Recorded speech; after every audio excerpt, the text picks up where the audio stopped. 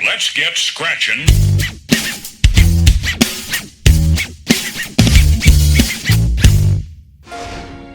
Over the years, Sonic Team has not had the best relationship with their consumers. They've tried every gimmick in the book, from making the blue blur a swordsman to having him ride around on hoverboards, some of these being moderately successful, to others being extremely disastrous. The series, and more importantly Sega, has been accused of misunderstanding their fan base with all the drastic directions that the series has taken since the Dreamcast era to present. And to some extent, that isn't completely untrue. The possibility that consumers distrust in Sonic Team due to titles like Sonic 2006 and Shadow the Hedgehog caused other games in the series to suffer before they even hit store shelves has become more of a likely reality as the years go by. One of the first games, however, that seemed to have been affected by this trend was one of the games I consider to be one of the best in the series, and that is Sonic Unleashed.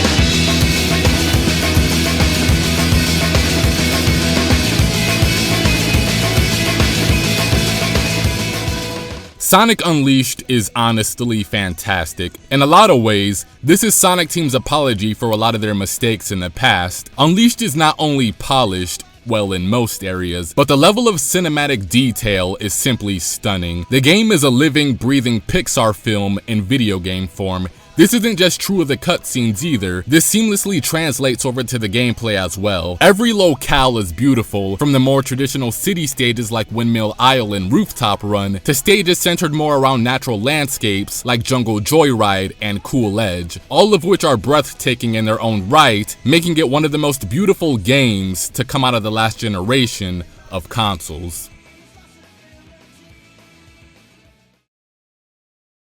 Here we go! During the daytime stages, you'll play as normal Sonic, mastering stages that are mostly on rails with admittedly difficult platforming sections, and challenges which can be brutal and at times just unfair.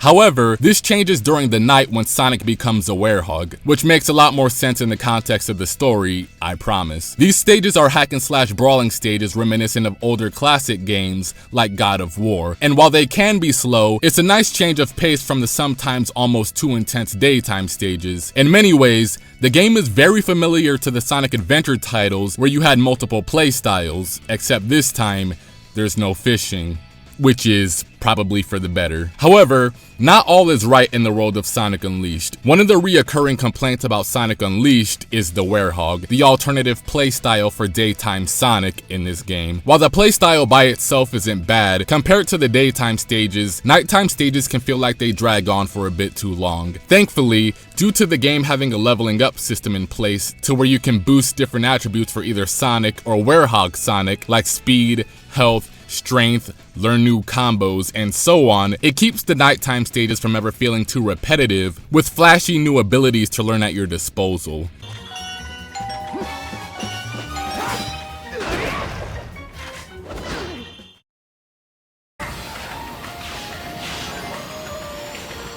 Just like previous games in the series, Sonic Unleashed encourages the player to spend a lot of time replaying levels and perfecting their performance to get a better grasp on the mechanics. At the end of the stage, you're rewarded experience points based on how many enemies you killed, and a grade score for how you cleared the stage. Sega made sure that players would appreciate this system by adding sun and moon medals to the game. These collectibles are artificial walls to ensure that the player will have to explore these stages multiple times. While this may turn some players off, it forces the player to get better at the mechanics like sidestepping and quick time events, as well as the countless spike walls and the bottomless pits in the werehog stages that are sure to become more frequent and more punishing later in the game. To top it all off, Sonic Unleashed has an amazingly good soundtrack, one of the best in the series actually. It ditches the emphasis on guitar-heavy tracks that the modern 3D games have established since the original Sonic Adventure, and goes for an orchestral approach. Since Sonic Unleashed was a worldwide adventure where Sonic would be going to different countries,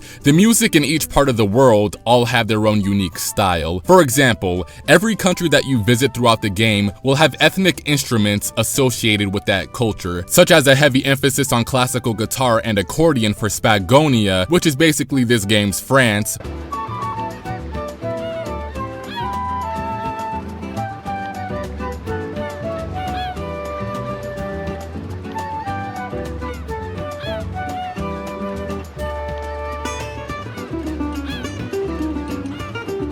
or how Chunnan, which is basically this game's China or Hong Kong, uses a lot of wind instruments and the guzheng to help capture that authentic Chinese sound. The nighttime stages go for a more relaxing sound, which are some of the best songs in the entire game, even if the battle theme does repeat itself a little too much, so you can't really appreciate the music. Every stage perfectly captures the atmosphere and gets you excited to visit the next location. Even if you never touch the game, just like with most Sonic games, you'll find yourself really enjoying some of these tracks.